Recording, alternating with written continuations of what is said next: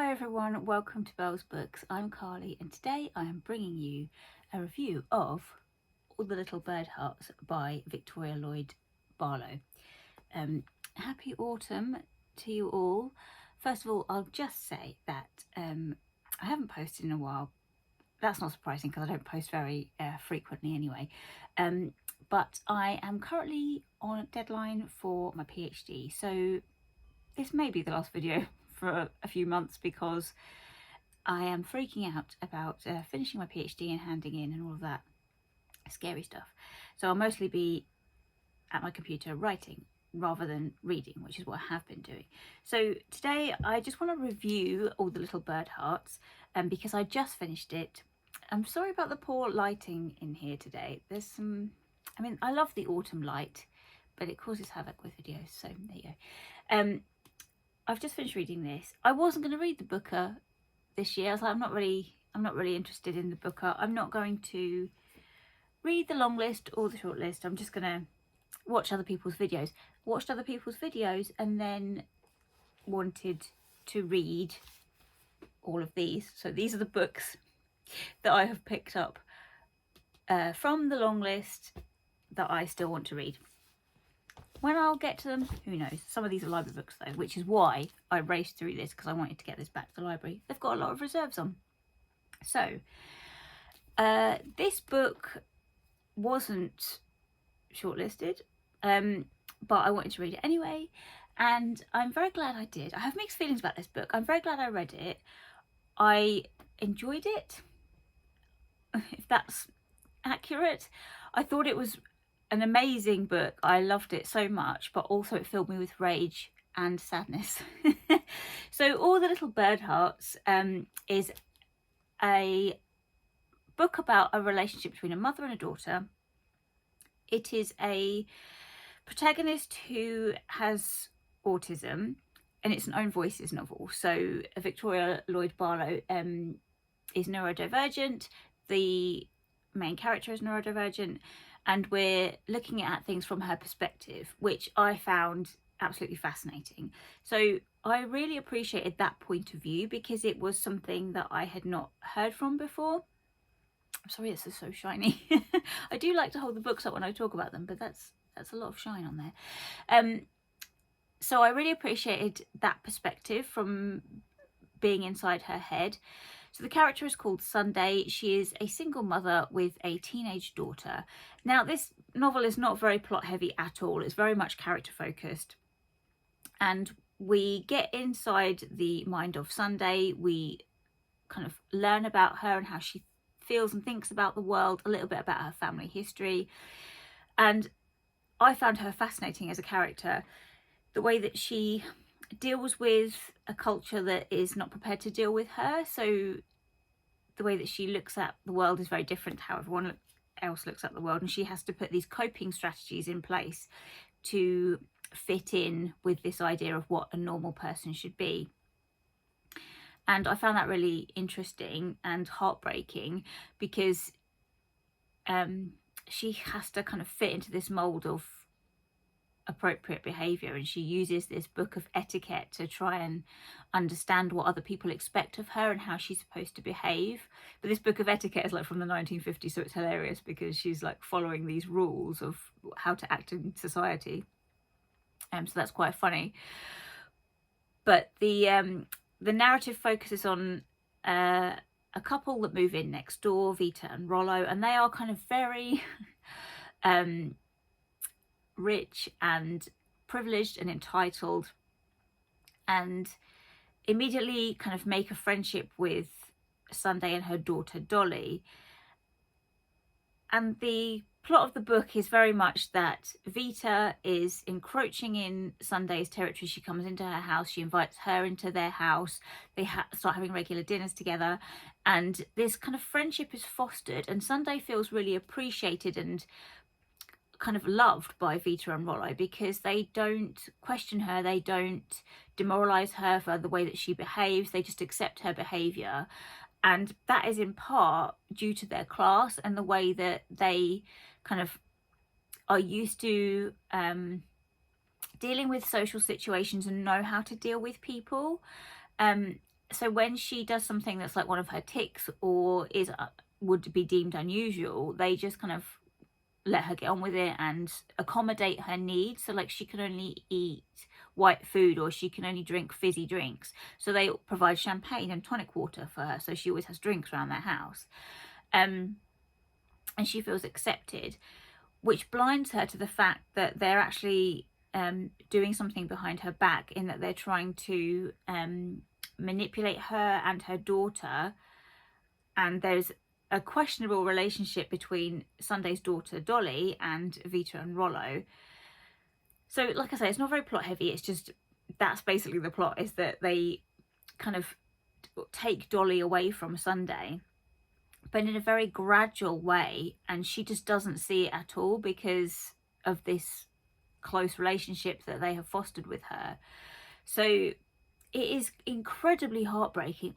When I finished this last night, I just bawled my eyes out. I just was, I never cry at books, but this one really got me just because I felt so immersed in Sunday's mind that I knew you as the reader can see what's happening, because you interpret the things that are happening in a way that Sunday doesn't.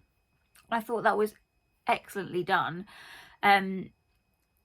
And it just like ripped me apart. It was so heartbreaking. Also, any narrative where there's a mother-daughter relationship where there's some form of tension or upset always gets me as well. So that was, you know, specifically to my reading tastes and my personal experience, it was just like that kind of hit close for me. So I was like, oh, immediately text my mum afterwards, like, Mum, I love you.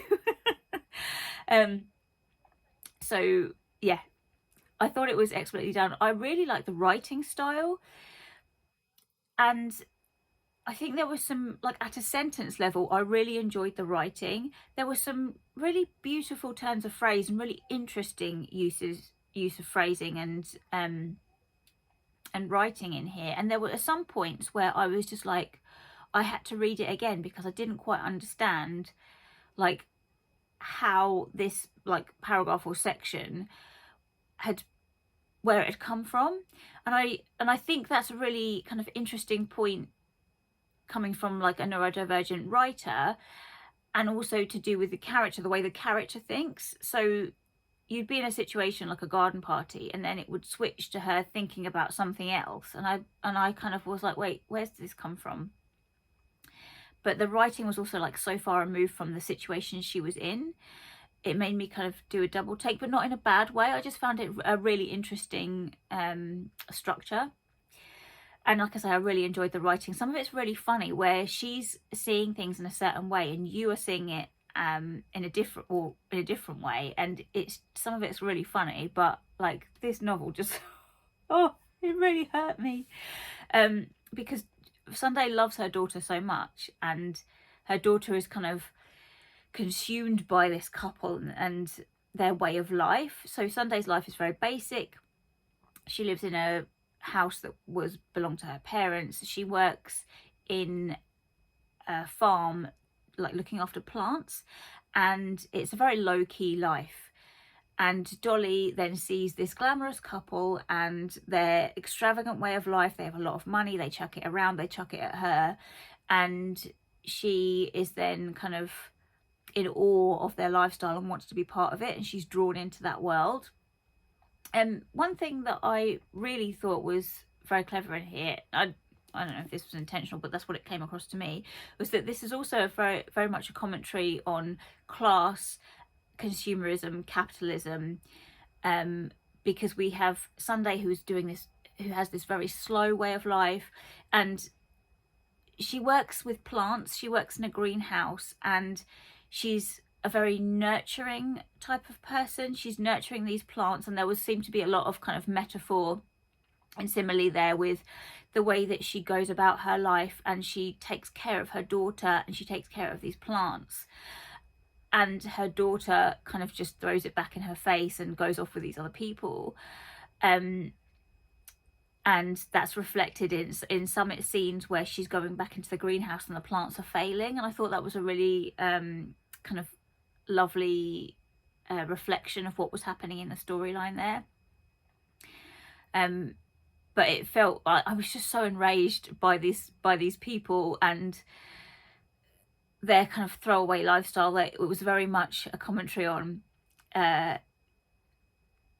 people of a certain class, people that had a certain amount of wealth, taking what they want, destroying people's lives in the process, not caring about that, and moving on to the next thing. And yeah, it just, with what's going on in the world today, it just kind of, that rang true a lot, and it made me very full of rage. But I really enjoyed this book, even though it was quite sad. It wasn't sad right at the end, but it just did really make me feel all of the feels. So I would highly recommend it. I also really like the fact that there were like things that Sunday would grab onto to try and ground herself and try and understand the world. Like, she had an obsession with Sicilian culture in particular, and Sicilian kind of traditional ways of life. And so when she's in social situations, or there's something she doesn't understand, she will use something that she knows about this Sicilian way of life to try and understand it or make sense of it. And I found that really interesting. And just like her general approach to life is just like being very literal and believing everything that everybody says to her. And so if her daughter says, oh, I'm at my grandparents', she believes her and she has no reason to question her. But then kind of all of these things add up, and you as a reader can see what's going on in reality, and it's heartbreaking. But I loved everything about this. I know it's had some mixed reviews, but I really enjoyed the writing style, and it's very slow paced. Like I said, there's not much plot, but that's my kind of book. I like that. I like character focused. I'm not bothered about lack of plot. I like feeling all the feels, but I'm glad I've got to the end, just because it was very much wrecking me. So I'm glad I've read this. I'm sad I didn't make the shortlist. I'm really pleased to have read this book about a neurodivergent character from a neurodivergent author, and I think that's great that we've got that representation there, particularly on the Booker for the first time. The only other book I've read from the Booker is Pearl, which I will do another review, separate review of for that. And who knows when I'm going to get to these next. These are all library copies, so I'm going to read Western Lane by Chetna Maroon next, because it's very thin and I can get through that in a week. And then I've got to make a decision about which one of these I read, because I'm not going to have time to read both of these before they've got to go back to the library. Talk to me in the comments below. Out of these two, which one should I read? I'm kind of leaning towards the Sebastian Barry. But again, I think all of these books are really heartbreaking, aren't they? Is it just like every book on the Booker is just, here, let me rip your heart out. Here, have some sadness. So I kind of need to intersperse this reading with some fun and, I don't know, something light maybe. I've just finished reading Katie Lumsden's book, The Secrets of Hartwood Hall, which was amazing. And I'll do a separate review of that as well when I have time. And that was great. So I need something kind of to balance out all of this misery. If you have any recommendations, drop them in the comments below. In the meantime, I hope you're all doing well and having a lovely autumn. Lots of love and pumpkins to you, and I will see you very soon in another video. Bye everyone.